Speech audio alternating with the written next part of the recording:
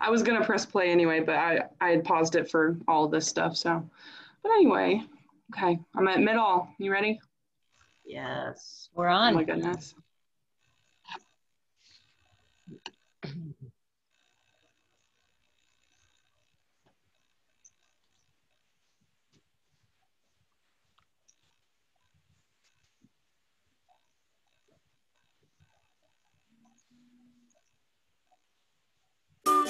Hi, kids. Welcome to the Museum of Native American History. I'm Tiny Tusker, and I have a story to share with you. It's one of my favorites. Are you ready? Great, because it's story time. good morning, boys and girls, and all you big kids out there in Webland. I'm Charlotte. I'm the director of the Museum of Native American History, and we want to thank you all for inviting us into your homes today. I would like to invite you all to become time travelers. And after this storytelling today, that maybe you'll explore the website and our new virtual platform on our website. Why? Because history's fun. And what we do at the Museum of Native American History is we can have you time travel and you can take a virtual tour. We can learn about the first people of all the Americas in a 16,000 year history, which includes a 12,000-year-old woolly mammoth. That's why you met Tiny Tusker, our mascot today. Also, I wanna let you all know that we have coming up soon our Native American Cultural Celebration, which we'll tell you about after your story time. We are going to bring the first Native American astronaut to Bentonville, Arkansas, Commander John Harrington, and you will get to spend 3 days with an astronaut. So I'd like to introduce my good friend, Miss Gail Ross. She is the most lovely storyteller in the whole world. And I have to say, storytelling for me is the top of the mountain of all things, that it connects all of our generations. And she is curating every month, Hear Our Voices. My good friend and friend of the museum, Miss Gail Ross. Wado, Charlotte. Wado. Osio Digali. Greetings, friends. My name is Gail Ross, and I am Cherokee, and it is my privilege and pleasure to be part of the Hear Our Voices series, a different storyteller from a different tribe every month, so that we can bring this rich storytelling tradition that all Native people share to you. You know, they say the world has 6 degrees of separation. Let me tell you, in Indian country, it's 2. We have 2 degrees, which means that our community is so strong that many of us know each other and are friends with each other for years. And that's the case with our storyteller this morning. Eldrena Douma is Laguna, Tewa, and Hopi. And she was raised in this rich tradition of the Pueblo peoples. And Eldrena is not only a friend, I consider her one of the best storytellers out of all the Native tellers I know. And it's because all of her storytelling comes from her incredible, kind and generous heart, and each of the stories she tells are imbued with the powerful spirit that guides her work. So it's my pleasure to introduce to you Eldrena Douma. Glad friends. I'm so glad to be here with you this morning. I have a lot of stories and some songs I want to share with you. The title of our story time today is called Creative Spirit. And what I want to do is talk to you about how I use my creative spirit and my imagination. The majority of the stories and songs you're going to hear today are ones that I created. Sometimes when you do something over and over again, you tend to get stronger in whatever it is that you are practicing doing. And so I started out in the classroom. I was a teacher. I used stories all the time. It was like breathing air. You just do it. You don't think about it. It just happens. And so when I decided to stay home with my children, that creative spirit in me just kept stirring and moving and wanting to do something. I came from a family of artists. My great-grandmother is Nempeyu. She is known in the artist world to help revive the Hopi pottery to what it is today. And I have many other family members that do artwork and pottery and sing songs, and there's so many things that they do creatively. So I was just surrounded by it. Well, today I want to share with you, first off, a song that I created. And sometimes little kids, babies, kind of get my creative juices moving. And so I was visiting my granddaughter one day. Actually, I have two new granddaughters. One was born in December and one was born in January. And whenever I go and see them, I just naturally like to sing songs. And sometimes these songs just pop out of my head, like the one I'm getting ready to share with you.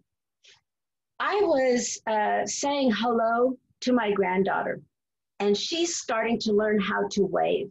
And so I was waving back at her. And I said, hi. And then when we were going to be going out of the room, she was looking at me doing this. And so I said, bye. And then all of a sudden, I decided, when you say hi, and when you say bye, it looks like the same thing. And so I came up with this little song. I can say hi, I can say bye. It looks like the same old thing. I can say hi, I can say bye. It looks like the same old thing. So, hi friends, it's good to see all of you. Now, I know that I may have some friends on here that I can't read your name and I might not see you very well, and you might try to be talking to me, but I can't hear you. And so don't get upset if I don't answer you when you're talking to me through the camera. But I want to start off by sharing this story with you. It was one that I created years ago about friendship. It was about this little girl. Her name is Nasanmana. Now, Nasanmana grew up with her parents and her relatives back on the tribal lands of her people. But every now and then, people have to go to the cities to find work. And so Nasanmana joined her family and her mom and dad because they had to go to the city to find work. It was so different when she went to the city. They had fences. She didn't grow up with fences around her house. They had grass. She didn't grow up with grass around her house. Dirt and weeds and rocks were what she grew up with. And then they had these huge, beautiful trees that lined the road, the street that they lived on. She did not see those big, tall trees where she lived. Her trees were kind of small and they were scattered. There was another thing that she did not grow up with: locking doors and having to knock on doors. Because usually where she grew up, everyone just announced themselves and said, hello, is anybody home? And they said, yes, Opo, come on in. And they just walk right in. You never had to knock. You didn't have to call anybody. You just showed up. and there was always something to eat or drink. That was what she grew up with. And in this city, there were sidewalks. And her mom and dad said that since they lived in the city, she had to be very careful with strangers. She couldn't just walk up to anybody and talk to them. She couldn't just reach down and pet a dog because they didn't know who the dogs belonged to. So there was some rules that were very different when she lived in the city than when she was back among her village that she grew up in. Well, one day she met a little boy that looked very different than she did. He wore glasses, and he was the only one that his parents had. They just had one boy, and it was him. His name was Jerry. Now, Jerry was very friendly. And when Nasanmana came to live in the city with her mom and dad, he came over to introduce himself. And Nasanmana and Jerry became very good friends. One day, Nasanmana woke up and she said to her mom and dad, it was on a weekend, and she said, I want to go see my friend Jerry. Her said, remember, when you go outside, don't cross the street until you look both ways. And she said, okay. So she walked out her front porch, down the walkway, and when she got to the edge of the street, she looked up one way and she looked up the other way. No cars. So she went across the road. And then when she looked down the sidewalk, there her friend Jerry was coming. But something was the matter with him. He looked very strange. He would walk and then he'd stop and crunch up his face.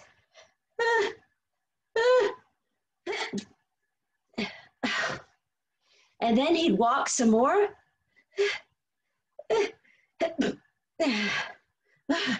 And so she thought, what is the matter with my friend? And when they came closer, she said, hello, Jerry, how are you doing?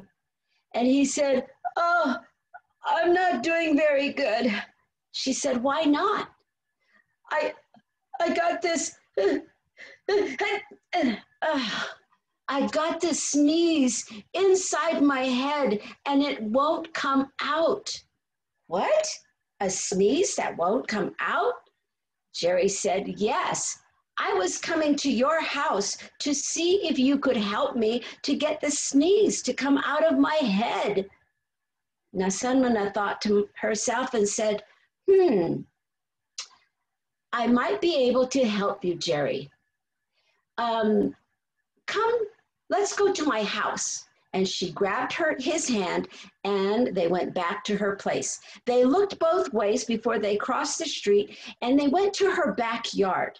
Because you see, in the city, her mother and father had chairs that they put in the backyard. And sometimes her mother wanted to sit in the chair, put on her sunglasses, have something cool to drink, and she sunned herself. That's what she called it, sunning herself. Well, Nasanmana and her father did not understand why she had to sun herself because her skin was already dark enough. But that was what they do in the city, she said. Well, Nasanmana said, Jerry, you know, sometimes people say that if you look at a bright light, your sneeze will come out. So sit right here in Mama's chair, Jerry, and put her sunglasses on and look at the sun. Maybe the sunlight will make your sneeze come out. So Jerry did exactly that. He sat down in that lounge chair, put the sunglasses on, leaned back, and he stared at that sun. He stared at that sun, and sweat started to come down his face. Now, Jerry was a lot lighter than Nasanmana was. His skin was very light, almost like a white color. But when he was looking at the sun, his white color started to turn red. And Nasanmana looked at him and said, "Oh, Jerry, I think you're staring at the sun too long. You're starting to sweat and your face is getting too red. Maybe we need to stop looking at the sun." And she took off his glasses, his sunglasses that she put on his face, and he had marks around his eyes, kind of looked like a raccoon. And all of a sudden, Jerry sat up in that chair, threw his head back, and said,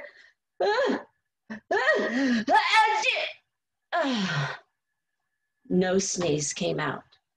"Oh no," Nasanmana said.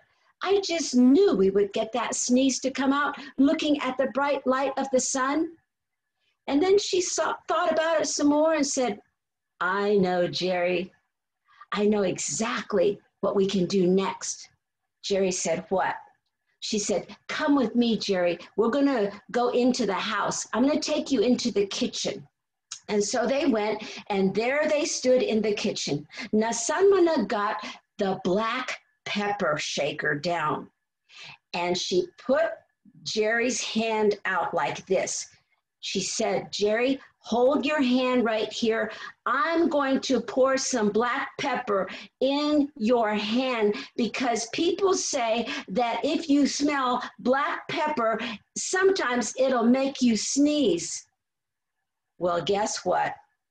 It did make somebody sneeze, but it wasn't Jerry, because Nasanmana, as she was pouring that black pepper out, some of it got in her nose and she sneezed really loud, and it blew that black pepper all over Jerry's sweaty face. It looked like he had black freckles all over.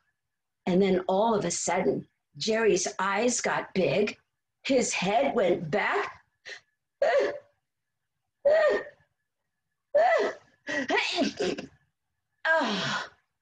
No sneeze came out. "Oh dear," Nasanmana said. "I just knew that would work. What else can we think of? Jerry, are you allergic to anything?" Jerry said, "I think so." She said, "Well, what are you allergic to?" He said, I think my mama said that I'm allergic to cats." "Your mama said you're allergic to cats?" "Yes, that's what she said. She said, 'Jerry, I think you're allergic to cats.'" "Okay, well, Jerry, some people say that when you're allergic to something, it makes you sneeze." "Well, we don't have any cats, but I have an idea. You see, we went fishing. We caught so many fish that Daddy wrapped them up and put them in the freezer. And he said that we would use them on special occasions. Jerry, I think this is a special occasion." And so Nasanmana went to the freezer and she pulled down one of the wrapped frozen fish. It was this long. And when she unwrapped it, it was still frozen. And so Nasanmana, she got some string and she got some scissors and made a long rope out of it. And she cut that string and tied it on that frozen fish. She said, "Jerry, come on, I'm going to take you into my bedroom. You sit down right in the middle." And Jerry sat down and he folded his legs and he watched Nasanmana close the windows and the curtains all around. And then she said, "Okay, Jerry, I'll be right back. Don't go anywhere. I'm going to leave the door open and you'll know when I'm coming." And so Jerry said, "Okay." Jerry always listened to what his friend Nasanmana said for him to do. And as he was sitting there, he did not know, but Nasanmana took that frozen fish with that rope a string tied around it, and went outside, walking around the block. She looked around, there were no cats, but she kept on dragging that frozen fish. She turned one corner, no cats. And she kept on going. She turned another corner. Oh, there were a few cats that were coming from out of nowhere. And then when she went to another corner and turned, there were more to go towards her house, and there were even more cats showing up. Oh no, Nasamana said, I've got all kinds of cats following me. And she started running home, and the cats followed her. By that time, the fish started to melt, and it was leaving a smelly, liquidy stuff right behind. And Nasamana got to her house. She grabbed that fish, ran into her bedroom, and in Jerry's lap. Guess what happened? The cats followed. And when the last cat went into Nasamana's bedroom, she closed the door. When she turned around, there were cats all over her room. They were crawling on her bed. They were crawling on her dresser. They were trying to get to her toys in the closet. And Jerry had cats crawling over him. All of a sudden, Jerry started to throw his head back.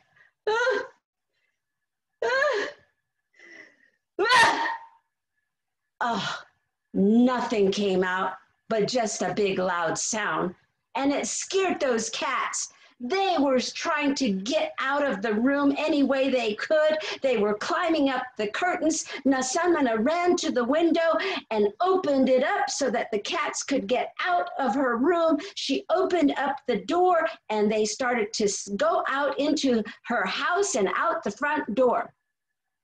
Finally, there were no more cats. All that was left was fur. Fur all over her and fur all over Jerry. They looked like two little cats sitting there. And they looked at each other and started to laugh. Jerry said, well, I thought that sneeze would come out, but all I did was make a loud noise. I guess I'm just going to have to get ready to go home. Well, he helped Nasamana clean up her bedroom. They got the vacuum cleaner and vacuumed up all that hair. And Nasamana took him to the front door and said, Jerry, I am so sorry. I did not help you to get your sneeze to come out. And he said, oh, that's okay. You tried best. And so he walked down the stairs and started to walk down the walkway onto the sidewalk. And just as he got to the curb, he threw his head back. Achoo! Oh! He turned and looked at Nasamana and said, Nasamana, you did it. You helped me to get the sneeze to come out of my head. And there she was, standing with a big smile on her face. And she said, well, what are friends for? And that's the story of Nasamana and her friend Jerry, called What Are Friends For? And that's one that I wrote several years ago, and I'm glad to share it with you today. Now, if you want to clap, you can clap. I won't be able to hear you, but I might be able to see some of you. Now, this next one that I'm going to share with you, it's actually a song that I created. So I was singing songs to my grandbabies. I was playing with one of them, bouncing her on my lap. And the trees around us, the wind started to blow and the tree branches were moving. And so all of a sudden I came up with this song. And I'm going to tell it to you first, and then we can sing it together. Let's use our imagination for this one. Let's pretend that we are a tree seed and that someone planted us. It could be people that plant us, or it could be birds that plant seeds in the ground, or squirrels and chipmunks. And what other things plant seeds in the ground? Wow, those are some good answers. Well, in order for a seed to grow, it needs water. Sometimes the rains come and they water the seed, or if people plant, they have to water it themselves, either with a pitcher, a bucket, or a hose that has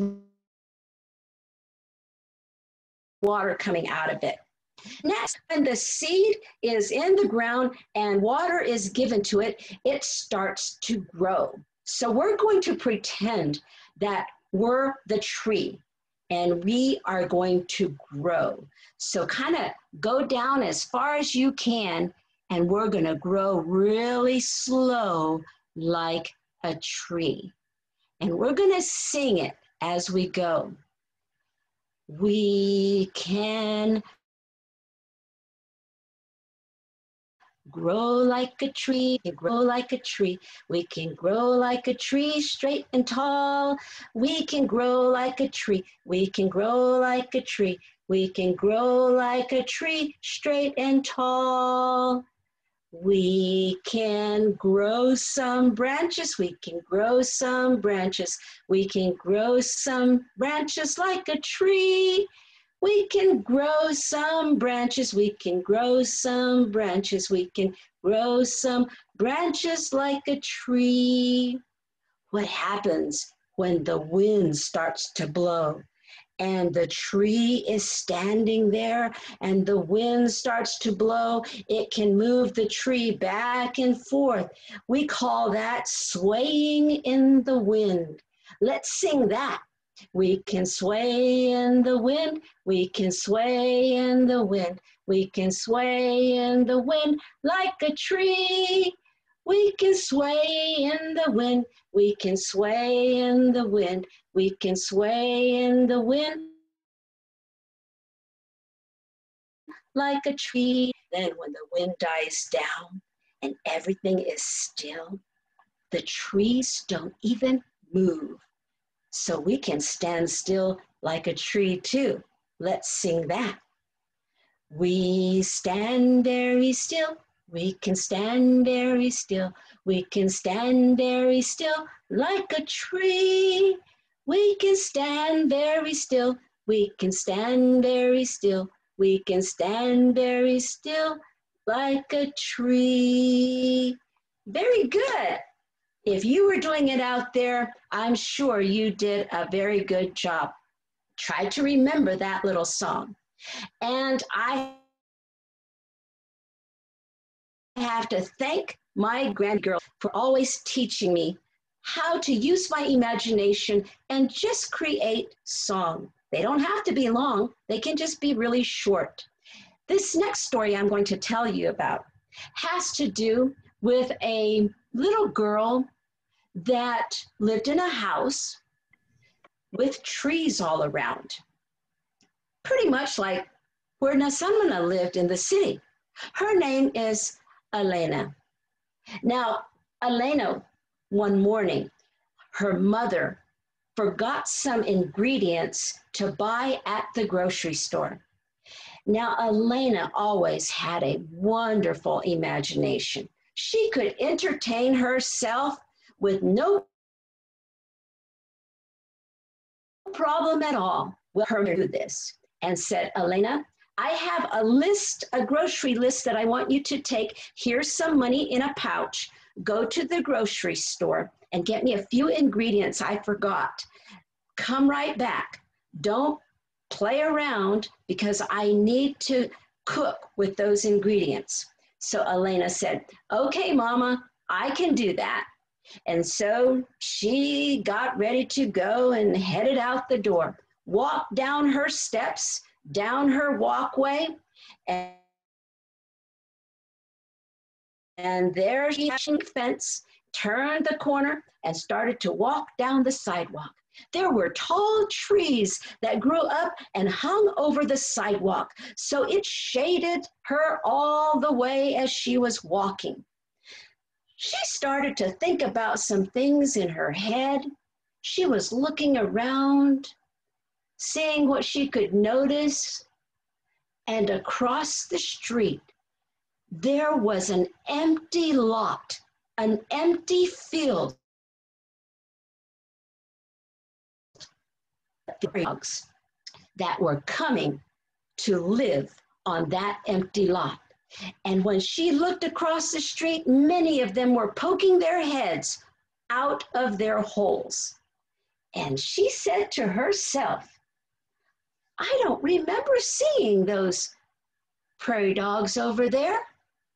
Well, you know, when she was looking at the prairie dogs, she wasn't watching where she was going.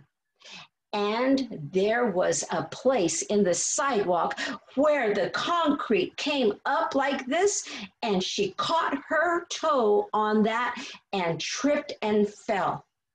She fell a little bit too hard, and she hit the side of her head. It kind of knocked her out for a little bit. She didn't even know she was knocked out until she heard a voice. All of a sudden, the little girl, Elena, she looked up, and there she saw a turtle talking in her ear. Are you okay? What? Are you okay? Am I okay? What do you mean? You fell down. Are you okay? I think so. She could sit up. Now, Elena, she tried to sit up, but I think because she hit her head a little bit too hard, she was kind of a little bit dizzy. So the turtle said for her just to stay put, not to move.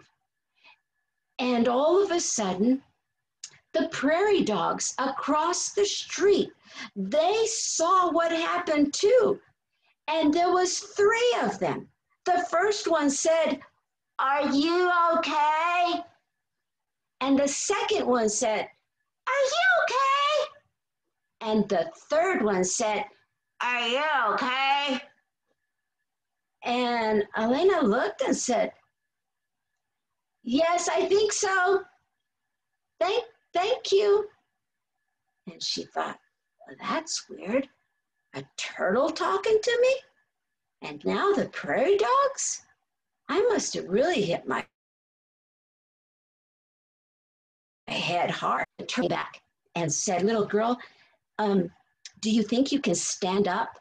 And Elena, she tried to stand up, but her head started to hurt. And she said, I don't think I can stand up.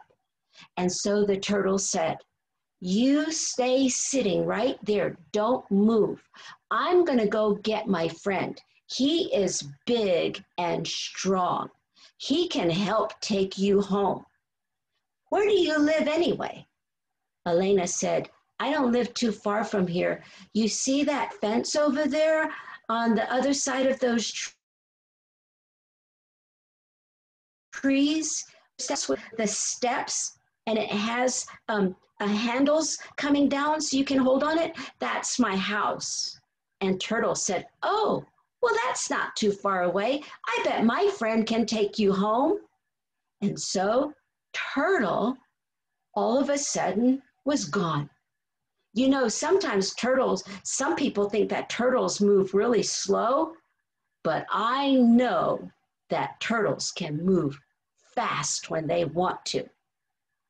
Well, Elena kept thinking, I wonder who's her big, strong friend. Who do you think that turtle went to go get that would be strong enough to carry a little girl home? I wonder who that could be. All of a sudden, Elena looked right ahead of herself, and around the corner, being led by a turtle, was a big, furry animal, and it looked very strong. Do you think you know who it was coming to help Elena? Well, if you said bear, you are right. It was a bear. Elena couldn't believe it. A bear? And that bear was very nice. It didn't say much at all, but listened to the instructions of the turtle. And Turtle told Bear, now Bear, turn around and sit down. I'm going to help the little and she said to Elena, Elena, you put your arms around Bear's neck and he will get up and take you home on his back. That's exactly what happened. Elena was holding strong on that bear's neck, and they were going home side to side. She was moving, and all of a sudden, he got to the front of her house where the stairs were. She grabbed hold of the handrail, and she slid off of the bear's back. There, she said, "Thank you, Bear." Bear said, "No problem." And he turned, and all of a sudden, he disappeared. Elena's head was still kind of woozy, and she went ahead and rang the doorbell because she couldn't even open up the screen door. And her mother came and said, "Elena, why are you ringing the doorbell?" And that's when her mama saw a little bit of blood trickling down the side of her face. She said, "Oh, Elena, come in, what happened?" Elena told her. She tripped, hit her head, and her mother said, "Well, how did you get home? How long were you laying there? Did you crawl? Did you walk? Were you calling for me? I didn't hear you." And she said, "No, Mama." She said, "I woke up because a turtle was calling me, making sure that I was okay. And there were some 3 prairie dogs from across the road there, and they were asking if I was okay too. And then the turtle went and got her friend that was a bear, and Bear put me on his back and brought me here and dropped me off right here by the steps." Her mother thought about it and said, "Elena, I think I need to call the doctor. You might have hit your head a little bit too hard, because that's kind of a crazy story." Elena thought that it was real. And she thought, well, maybe it was just a crazy story.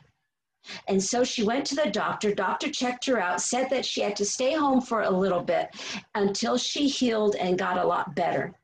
She was fine after a few days. Elena had asked her to go back to that store and get some things for her. And so Elena started down the sidewalk the same way she was going already earlier on. And Elena saw that crack in the sidewalk where she tripped. She looked around to see if there were any turtles. She didn't see anything.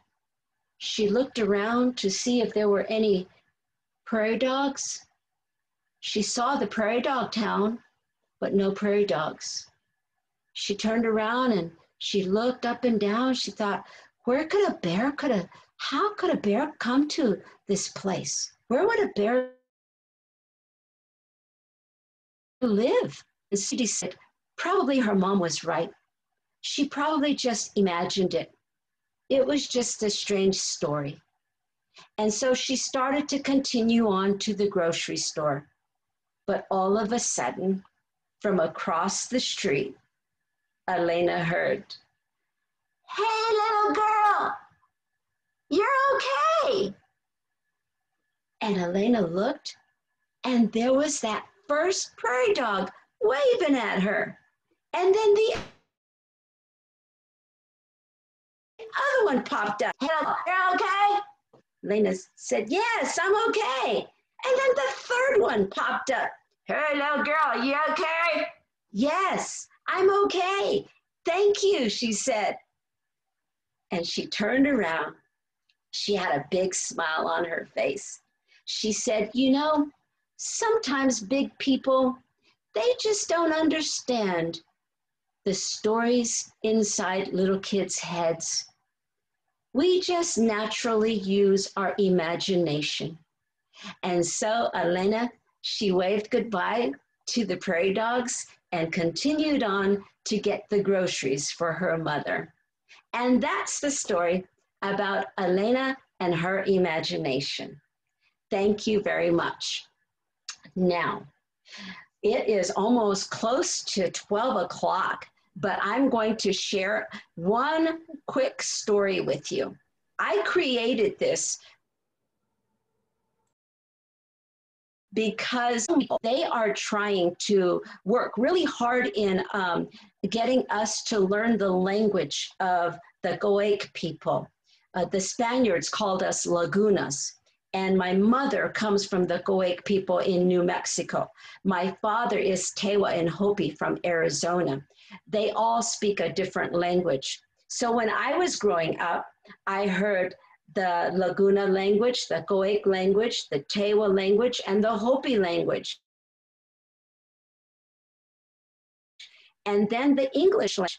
I spoke mainly English. I don't remember speaking all the other languages very well. And so as a big person, I have to learn the language now as an older person. And so I wrote this story to teach myself and my grandbabies and my nephews and nieces that are out there that are learning the Goek language, how to say some words. And so this is a story that I created. A long time ago, the rain clouds started to gather. And when they did, the rain fell in the desert. That doesn't happen very often. And when it does, the frogs, they kind of come out from nowhere. So Berak got up, and there were many of them, and they all went to this pond because the water gathered up and was getting deeper and deeper, and the frogs, Berak, they jumped in there and they swam and they swam and they swam, and they all got out. Every day, Beraks would go to the edge of the pond and look to see. What were they looking for, I wonder? One day when they went to the edge, all of a sudden in the water, there was swimming, swimming, splashing, splashing, jumping, swimming, all these little things just moving around. And Berak got a big smile on their face and said, "Oh, come out, wherever you are, we want to see you. Come out wherever you are, we want to see you." All of a sudden, these little tiny heads popped out. And Berak said, "Oh, there you are. We were wondering when you were going to come. What are your names?" And all of a sudden, all these little beings that were in the water, they all together sang, "Our names are Puri Purika, Puri Purika, Puri Purika. Our names are Puri Purika. That is who we are." "Oh, your names is Tadpoles? Purika. Ah, so that is what we can call you. And that is the story about Berak the frog, Puripurika the tadpoles. And that's a very quick story that I created to help myself remember how to speak those two words. And so that is the end of our time together. But I think I am going to have enough time to create a story for you. But I need at least 3 characters to do my story with. And I also need a problem in the story, and then a color. And so I think Nicole is going to help me with that. So Nicole, if you have any characters listed, a problem, a color that anybody wants to type in the chat, then I might have enough time to create a story. We have 5 minutes, so that I think that's going to be enough time. So Nicole, if you want to talk to me, that would be great. Sounds good, ma'am. So we need 3 characters, and so I think one character I might use, or you might use, is I have a big furry cat named BB. And he is very interesting and likes to squeak instead of meow. He's sitting next to me right now. I wish I could show you. BB? BB. Mm-hmm. Okay. Like the insect. BEE. BB. Okay. Mm-hmm. And then, does anyone else have a character they might want to share for this story? You're all able to unmute yourselves if you want. You can also type it in the chat. Let me get something to write with. Yes, go ahead. Is that Sharon? Is that Mia, the dog? Looks like it. Yes, okay. So Sharon Hare says Mia the dog. Okay, I will go ahead and let me see. Hold on a minute. See if I can write things here. Okay, so I'm going to put furry cat. Okay. And did you say a dog? Mm-hmm. Okay. Yes, ma'am. Let's see. Is there another one? Does anyone else have another character? If not, I have one. I think. I have I don't know if this is, oh yeah, actually Kimberly Thomas says a frog. A frog. Okay, I need a color. Does anyone have a color that they want to be a part of the story? Blue. Okay, like dark, light. Let's do dark.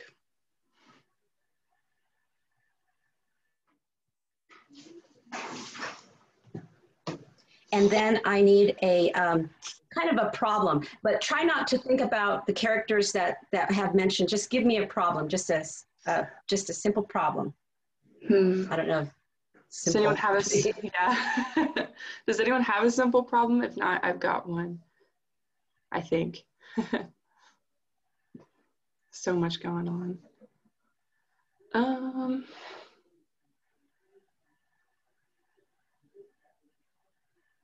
Let's see. How about I can't get a fire to start. Okay. Can't get a fire to start. Okay. Or a light to turn on, if that is more broad. Or a light to turn on if you wanted to be more broad. Okay. Okay, can't get a light to turn on.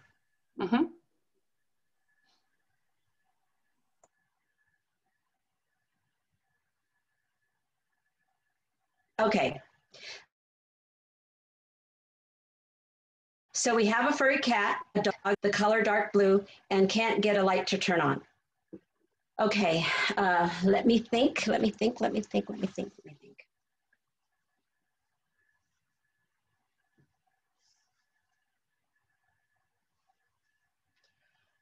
One day, there was a little boy that woke up and looked outside, and the sky was very dark.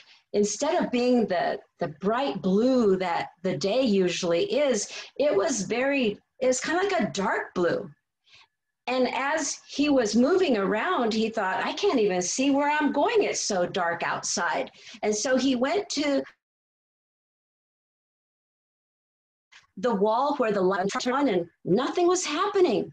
And he thought, well, I wonder what's going on. Why is the electricity not coming on? And so he went outside. And as he went outside, he was greeted by the back door by his friend that happened to be a beautiful furry cat. And he reached down and he petted his friend, the furry cat, and he had fur all over his hands after that was done, and kind of shook it off like this. And he looked around to see what is going on with the electrical lines. And that's when he saw going up the light pole. And he said, hey, what's going on up there? And when he followed the light pole up to the very top, guess what he saw sitting up there? A frog. But it was not your ordinary frog. This frog was an entertainer. Do you ever see squirrels running across the wire from one electrical pole to another? Well, this frog must look something worse, because this frog had an umbrella and had opened it up and had it like this and was going and walking on that tight wire electrical line, and the dogs was just going crazy. That little boy could not believe it. I have never seen a frog walking across the electrical line holding an umbrella. Well, about that time, that doesn't matter. You see, as the frog had been sitting up there on that electrical line, he must have touched something, because there's kind of like a little hook-like thing that connects the wires together, and one of them had like burned up. So maybe he accidentally touched it with his umbrella. Who knows? But that little boy, he solved the problem of why he didn't get electricity to turn on. And so that is my story. Thank you. That's how you use your imagination really quick. Thank you very much.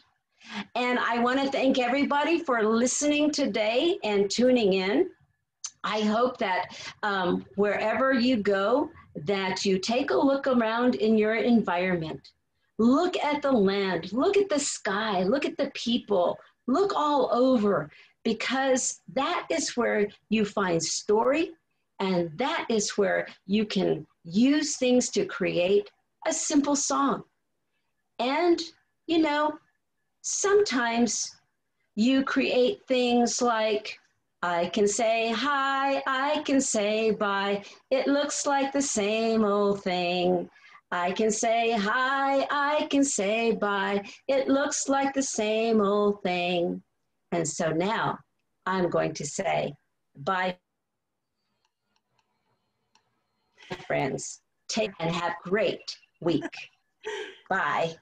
Thank you, Eldrena. Thank you, Gail, our very special guest. I know that on the website there'll be exercise in imagination, and what Albert Einstein said, imagination is greater than knowledge. There is so much wonder in the world, don't miss it. We want to have you all remember that history is fun. And through our family of presenters, you will meet incredible Indigenous people making history today. From Academy Award winning actors like Mr. Wes Studi to the first Native American astronaut with Commander Harrington that will be with us in just a few weeks. We want to let you know during the Native American Cultural Celebration, One Earth, Four Directions, Mission United, that there will be 5 storytellers involved that day. We'll have Commander Harrington reading from his book, Mission to Space. We will have Ms. Gail Ross back, Joseph Bruchop, Kevin Locke, and Amy Blumel. And we want to invite you all to explore and be time travelers with us every week as we add to our website. And remember that this year's Native American Cultural Celebration will spotlight science, leadership, tradition, inspiration, indigenuity with solutions for our planet, star stories, animal medicine ways, art, and the never-ending curiosity to reach for the stars. From the Museum of Native American History, thank you guys so much. Bye. Thank you. Bye, guys. Bye. Bye, everybody. Thanks, Gail. Thank you, Eldrena. Thank you. You'll be back. Thank you.